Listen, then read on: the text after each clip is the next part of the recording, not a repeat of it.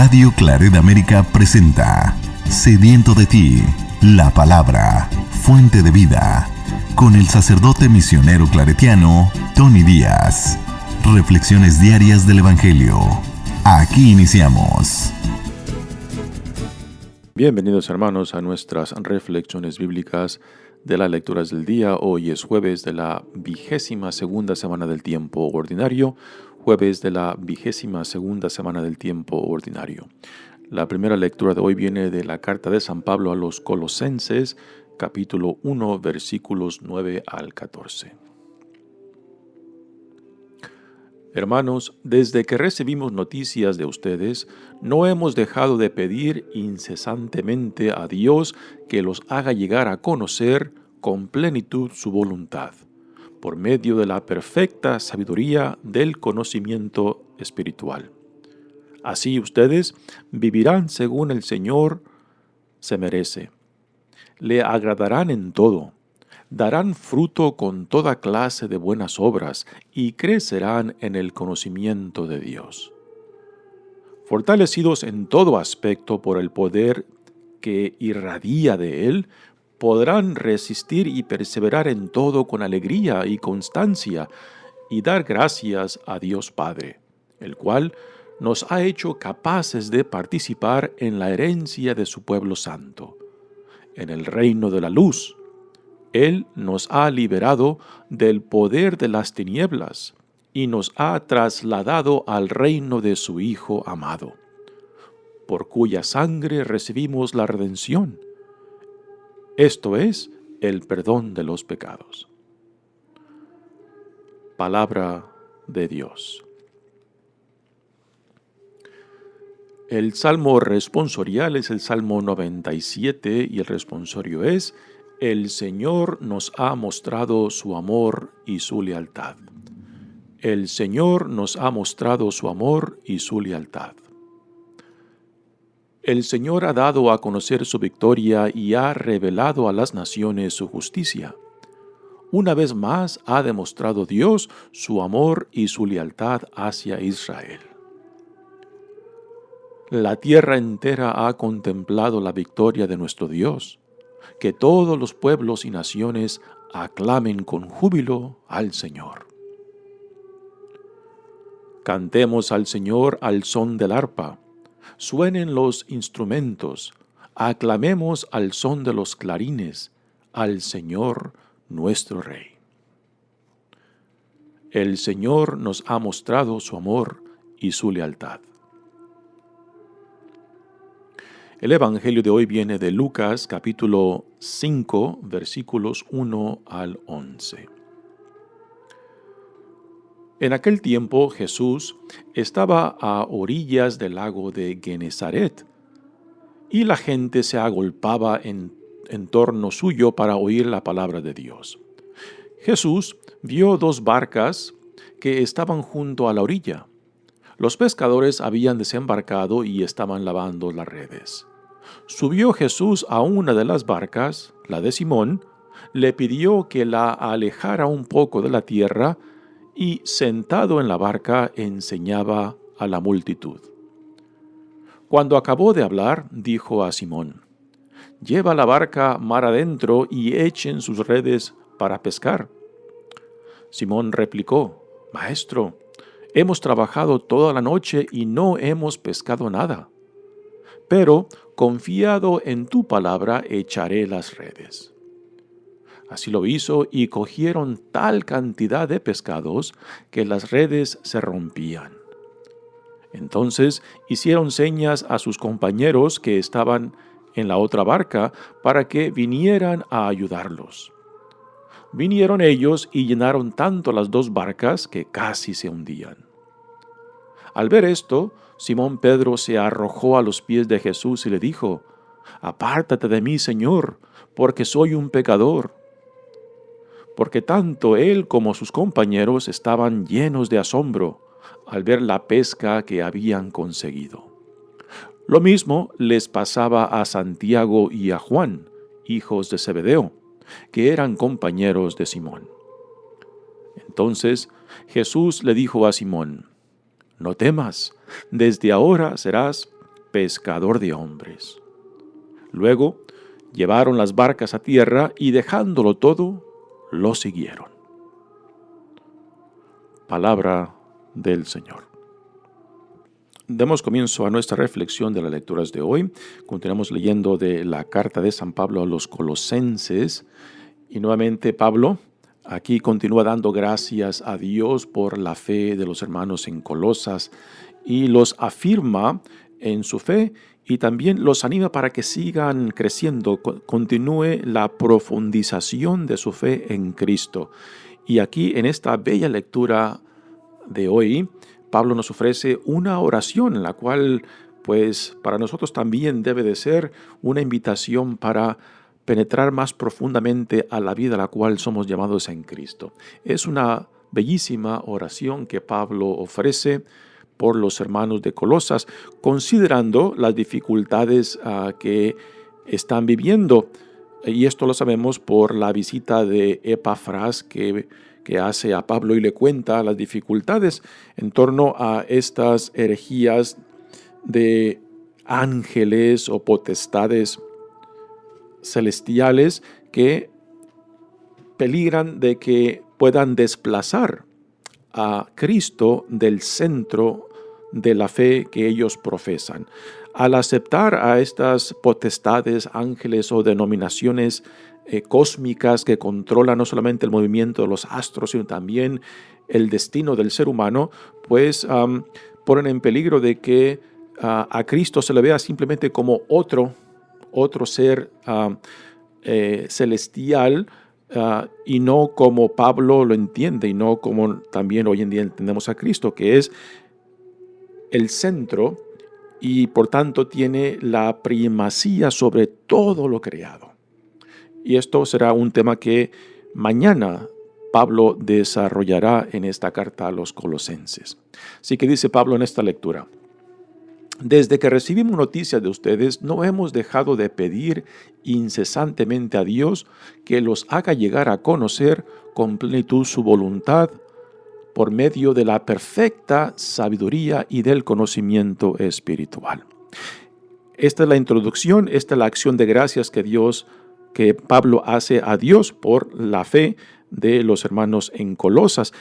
Y en esta introducción, Pablo menciona 3 veces por lo menos el sentido de conocer con plenitud, conocimiento espiritual y después el conocimiento pleno de Dios.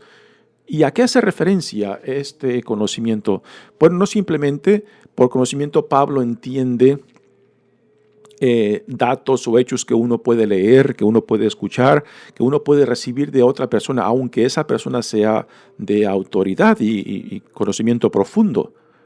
Por conocimiento, Pablo se refiere al sentido interno, al sentido espiritual, al sentido profundo aún mismo de las palabras de la Sagrada Escritura, de las palabras que Dios nos revela en Jesucristo. Y es un conocimiento que solamente Dios por su propia gracia nos puede dar y por su propio Espíritu. Así que cada vez que Pablo menciona conocer o conocimiento, está hablando de esa gracia que Dios nos da para entender el sentido, el significado profundo espiritual de lo que Dios en Cristo nos ha revelado. No simplemente es el hecho de yo leo, yo estudio, yo conozco, ¿no? Que esto puede ser un proceso intelectual, un proceso llevado por mi esfuerzo, por mi capacidad, pero no es a este tipo de conocimiento al cual Pablo se refiere, sino a la gracia que hace posible entender y penetrar la profundidad de la revelación de Dios en Cristo. Dice, así ustedes vivirán según el Señor se merece, lo agradarán en todo, darán fruto con toda clase de buenas obras y crecerán en el conocimiento de Dios. Nuevamente aquí nos presenta esta palabra de conocimiento. Y después Pablo dice, así ustedes vivirán según el Señor se merece. Según el Señor se merece. O sea, la gracia y lo que Dios ha llevado a cabo en Jesucristo nos ha abierto una nueva forma de ser, una nueva forma de vivir, una nueva forma de relacionarnos. Y entonces nuestras vidas en esta nueva vida en Cristo glorifica a Dios. Glorifica a Dios, y la glorificación de Dios es el ser humano, son los hijos e hijas de Dios plenamente vivos en esta nueva dignidad e identidad como hijos e hijas de Dios. Así que a Dios se le glorifica cuando estamos plenamente identificados con la visión del reino, cuando hemos asumido para nosotros los valores del reino y vivimos desde estos principios fundamentales de esta nueva realidad del reino que Dios ha inaugurado en Jesucristo. Y cuando hacemos nuestro esta visión de Cristo acerca del reino de Dios, entonces estamos glorificando a Dios en nuestras vidas, en nuestras formas de ser, en nuestros valores, en nuestras formas de relacionarnos. A lo que le damos tiempo, energía y recursos, ahí se manifiesta la gloria de Dios. Así que no es simplemente de palabra, no es simplemente de hechos, es la totalidad de nuestras vidas. Manifiesta la grandeza de Dios, porque todo lo que somos y lo que hacemos, pues, es por la iniciativa de Dios. Y así, Dios en nosotros se glorifica para la gloria de Dios, para el crecimiento del reino de Dios, para la salvación de aquellos que Dios ponga en nuestras vidas, para nuestra santificación. Y ahora Pablo ofrece esta bella oración por los hermanos de Colosas, diciendo: fortalecidos en todo aspecto por el poder que irradia de él, podrán resistir y perseverar en todo con alegría y constancia. Así que el crecimiento, el asemejarnos a Cristo mismo, a Dios mismo, pues esto es la vida a la cual somos llamados en Cristo, a la santidad. Esto es una acción de Dios en nosotros. O sea, tenemos que dejarnos guiar, iluminar, transformar por la gracia de Dios, y es Dios que al fin de cuentas quien nos santifica. Es Dios quien nos ayuda a subir al plano de existencia en la cual Jesús, como espejo de Dios, coexiste. No es de bajar a Dios a nuestro plano de existencia, sino de ser subido, ascender al plano de existencia de Jesús mismo, quien vivía en intimidad y confianza con Dios Padre. Y esto lo hace posible solamente la gracia de Dios, el Espíritu de Dios. Dice: fortalecidos en todo aspecto por el poder que irradia de él, el Espíritu Santo, la gracia de Dios, podrán resistir y perseverar en todo con alegría. Y esto de alegría no significa de que todo sea risa, de que todo el mundo sea de rosita, no, de que a pesar de las dificultades, a pesar de las tribulaciones, a pesar de los problemas que uno pueda tener o que la vida nos pueda dar, de que aún en medio de todo esto podemos vivir en paz, en armonía. Y por alegría se entiende ese gozo de saberse amado, de saberse aceptado, de saberse de que no hay nada ni nadie que nos pueda separar del amor de Dios en Cristo. Esto Pablo ya también lo dirá más claramente en la carta a los Romanos. Dice: en todo con alegría y constancia, y dar gracias a Dios Padre. Esto de dar gracias a Dios Padre es algo que Pablo constantemente les recuerda a quienes les escribe estas cartas, puesto que es la actitud fundamental del cristiano cuando reconoce que por la pura iniciativa de Dios somos quien somos salvados. No es por nuestras obras, no es por nuestra iniciativa, no es por nuestro esfuerzo, sino por la pura gracia de Dios. Y por eso el llamado a dar gracias constantemente, porque es Dios quien nos ha llamado, es Dios quien nos ha santificado, es Dios quien nos salva, es Dios quien nos transforma. Dice: el cual nos ha hecho capaces de participar en la herencia de su pueblo santo. Es la herencia que antes de Cristo solamente estaba en el pueblo de Israel, el pueblo llamado por Dios, y que ahora en Cristo, pues esta herencia se ha abierto para toda la creación. En la herencia de su pueblo santo, en el reino de la luz. Él nos ha liberado, dice Pablo, del poder de las tinieblas. Vivir en tinieblas, vivir en la oscuridad es vivir en el pecado, vivir en la ignorancia, no saber quiénes somos a los ojos de Dios y la vida a la cual somos llamados. Esto es tinieblas, esto es oscuridad, esto es no saber quién somos, ¿no? Así que es por la gracia de Dios en Cristo quien nos saca de las tinieblas y nos lleva al reino de la luz para ser herederos de la misma herencia que Dios tenía para su pueblo de Israel y que ahora lo hace accesible a toda la creación. Y que esto es por pura iniciativa de Dios mismo. ¿Sí? Él nos ha liberado del poder de las tinieblas. ¿Y me libera para qué? No para hacer simplemente mi voluntad, sino para identificarme con la voluntad de Dios Padre, para identificarme con la providencia de Dios, para dejar y permitir que la gracia de Dios, la providencia de Dios, el Espíritu de Dios, ante todo, haga y deshaga lo que tiene que hacer en nosotros y en el mundo y en la iglesia, ¿no? Y esto es algo fundamental de nuestro llamado, puesto que es Dios quien por iniciativa suya se ha hecho uno con nosotros y al llamarnos también Dios nos da lo necesario para que le podamos corresponder y podamos ser fieles al Espíritu Santo. Así que se requiere de nuestra voluntad, se requiere de nuestra apertura, se requiere de nuestro sí, como el sí de María, para que Dios haga y deshaga en nosotros y así nos asemeje a su propia dignidad e identidad. Dice, Él nos ha librado del poder de las tinieblas y nos ha trasladado al reino de su Hijo amado. Y nos ha trasladado al reino de su Hijo amado. Por reino, aquí Pablo no está hablando de algo material, de algo físico, sino la dinámica del poder de Dios que ya se ha manifestado en su Hijo amado Jesucristo. Así que por reino, en realidad se hace referencia a esta dinámica del reino de Dios que en realidad se le debe de decir reinado. Reinado que ya está presente, que ya está activo y que cuando nos identificamos con la visión del reino de Dios, pues nos ponemos bajo la soberanía de Dios, bajo la voluntad de Dios, bajo el poder de Dios. Y esto es algo que los santos y las santas, los místicos constantemente nos recuerdan, ¿no? De que dejarnos atraer por Dios es dejar de que Dios haga en nosotros la visión que Él tiene para nosotros y que tenga que derrumbar lo que tenga que derrumbar para poder reconstruirnos a su imagen y semejanza.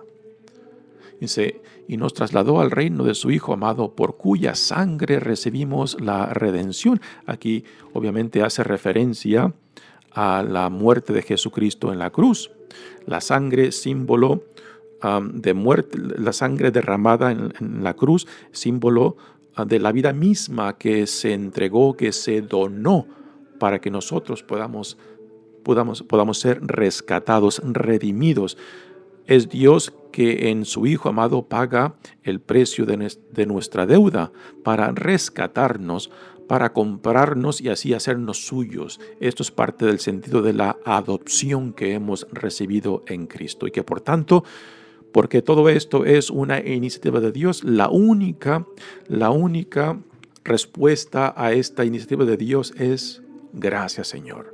Por eso la actitud fundamental del cristiano debe de ser gratitud. Gratitud al reconocer de que a pesar de nosotros mismos, Dios nos ama. A pesar de nuestra rebeldía, a pesar de nuestro rechazo, a pesar de nuestra ignorancia, Dios ha venido a nosotros para salvarnos de nosotros mismos y revestirnos con la dignidad que es nuestra como hijos e hijas amados de Él. Y esto es lo que entra dentro de estas palabras de Pablo cuando dice, por cuya sangre recibimos la redención. Esto es el perdón de los pecados. Muy bien, pasemos ahora al Evangelio de hoy, que viene de Lucas. Empezamos el capítulo 5 y aquí nos hemos saltado algunas escenas del Evangelio de Lucas y tenemos ahora a Jesús a un lado del lago de Genesaret Este lago de Genesaret en el Evangelio de Lucas, en Mateo y Marcos es el mar de Galilea. En el Evangelio de Juan es el mar de Tiberias, ¿no? Así que hay diferentes nombres que se le da a este mismo cuerpo de agua, ¿no? Lago Genesaret, mar de Galilea, mar de Tiberias.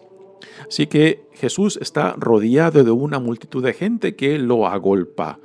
Y para poder dirigirse a ellos, para poder enseñarlos, pues toma la oportunidad al ver de dos barcas que están al lado del lago y los trabajadores de esas barcas están limpiando sus redes y Jesús, sin pedir permiso, para mí esta es una imagen que tiene cierto sentido de humor, ¿no? Jesús ve las barcas y sin pedir permiso se sube a la barca de Simón Pedro y le dice, por favor, aléjate un poco de la orilla, y él se sienta, que es la posición de un maestro, para enseñar a la multitud que lo agolpaba. Esta escena yo creo que tiene dos propósitos, ¿no? Jesús en esta escena pues tiene la multitud a quien se quiere dirigir con las palabras de la visión del reino, del evangelio que Dios lo ha enviado para proclamar. Pero después también Jesús tiene una segunda intención al acercarse a la orilla del lago y subirse a la barca de Pedro, Simón Pedro. Porque esta escena irá preparando la escena del llamado a Pedro, a Andrés, aunque no se menciona el nombre de Andrés, sabemos por los otros evangelios que también Andrés está con Pedro, y después a Juan y Santiago, que son compañeros de pesca de Pedro y Andrés. Así que esta escena podemos imaginar de que Jesús la está utilizando para que indirectamente Pablo escuche lo que él está enseñando, ¿no? Quizás Pedro no tiene ningún interés en escuchar a este predicador ambulante, pero el hecho de que se sube a su barca, se sienta en su barca y mientras él predica, Jesús predica, pues Pedro está controlando la barca para que se mantenga a cierta distancia y pueda él enseñar. Dice, Jesús vio dos barcas que estaban junto a la orilla. Los pescadores habían desembarcado y estaban lavando sus redes. Así que ya ellos estaban terminando su jornada de pesca, en la cual no habían conseguido gran cosa. Y Jesús se sube a una de las barcas, la de Simón. Le pidió que la alejara un poco de tierra y sentado en la barca enseñaba a la multitud. Aquí no hay ningún sentido de que Jesús pide permiso. No hay ningún sentido de que Jesús le pregunta, ¿qué te parece? Oye, ¿puedo utilizar tu barca? No, él simplemente se sube, se sienta, le dice, aléjate un poco. Y lo interesante es de que Pedro, pues, no parece renegar. No parece cuestionar lo que este predicador ambulante le pide que haga. Y ahora viene, después de que Jesús predica a la multitud, pues reconoce Jesús la amabilidad, la generosidad de Pedro por permitirle que se haya subido a su barca y la haya utilizado como plataforma para predicar a la multitud, y ahora lo recompensa.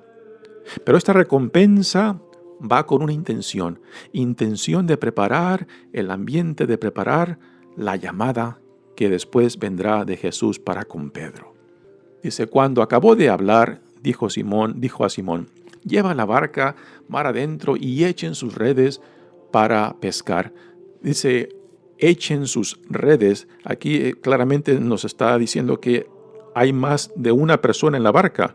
O sea que Pedro no está solo en la barca, que es muy probable de que también Andrés esté junto con él, puesto que son hermanos que trabajaban junto en la pesca. Y Jesús le dice a Pedro, Maestro, hemos trabajado toda la noche y no hemos pescado nada. Pero confiado en tu palabra, echaré las redes, ¿no? En cierta manera, uno puede imaginar que Pedro está pensando, otro que viene a decirme lo que tengo que hacer, ¿no? Como diciendo, a ver, señor predicador, usted ocúpase de lo suyo y a mí déjeme de lo mío, que yo sé lo que estoy haciendo como pescador, ¿no? Uno podía imaginar de que Pedro aquí se haya molestado, ¿no? De que, bueno, ¿y por qué este predicador ambulante me va a decir lo que tengo que hacer? Hemos trabajado toda la noche y sabemos de que no hay peces aquí, en estas aguas. Y me está diciendo que baje las redes para pescar, ¿no? Aquí tenemos el encuentro de un predicador ambulante que aquí, a primeras, Pedro piensa de que no sabe nada de pesca. Ellos son pescadores, es su profesión y conocen estas aguas. Y han estado trabajando toda la noche y saben de que aquí no hay peces. Pero, confiado en tu palabra, le dice Pedro, bajaremos las redes. Y así lo hizo, cogieron tal cantidad de pescados que las redes se rompían. Entonces hicieron señas a sus compañeros que estaban en la otra barca para que vinieran a ayudarlos. Vinieron ellos y llenaron tanto las dos barcas que casi se hundían. Otro detalle interesante de que en los evangelios la barca también es símbolo de la iglesia, ¿no? Y el hecho de que Jesús se sube a la barca y se sienta en la barca, ¿no? Así que la iglesia, aquí ya el evangelista Lucas nos está dando unos pincelazos de lo que ha de venir, de que la misión de la iglesia, de que proclame la palabra de Dios para atraer a otros al reino de Dios, ¿no? Así que bajan las redes y obtienen una tremenda pesca que aún las dos barcas están a punto de hundirse por la cantidad de pescados que han obtenido. Y ahora viene la reacción de Pedro. Al ver esto, Simón Pedro se arrojó a los pies de Jesús y le dijo, apártate de mí, Señor, porque soy un pecador. Esta es una reacción clásica de la persona que se encuentra ante la divinidad. Y cuando nos vemos en el espejo de la divinidad, pues vemos nuestra poca cosa. No es que estemos denigrando nuestra dignidad o realidad, sino simplemente al vernos en el espejo de la gracia de Dios, de la santidad de Dios, pues reconocemos la poca cosa que somos, pero a la misma vez reconocemos de que Dios ha tenido compasión, puesto que estoy en presencia de su gracia, en presencia de su amor, en presencia de su luz, ¿no? Y aunque nos veamos pequeños, ¿no? Esto es algo que San Francisco constantemente decía, ¿no? En sus experiencias místicas, lo poca cosa que se sentía que era un gusano, que no era nada, ¿no? Pero Francisco no se está denigrando a sí mismo, no es una falsa modestia. Ante el espejo de la gracia de Dios, pues somos polvo, pero polvo sagrado, ¿no? Así que igualmente aquí Pedro tiene esta reacción ante la presencia divina de Dios por esta pesca milagrosa. Fue la misma reacción que Moisés tuvo cuando Dios lo llamó. Fue la misma reacción del profeta Jeremías, de que era joven, de que no era digno el llamado que Dios le hacía. La misma reacción del profeta Isaías también ante Dios, ¿no? Así que es la reacción clásica del llamado que nos sentimos indignos, ¿no? Pero no es por nuestra santidad que Dios nos llama, no es porque lo merecemos o porque lo hemos ganado, es por la pura gracia de Dios. Es la iniciativa de Dios.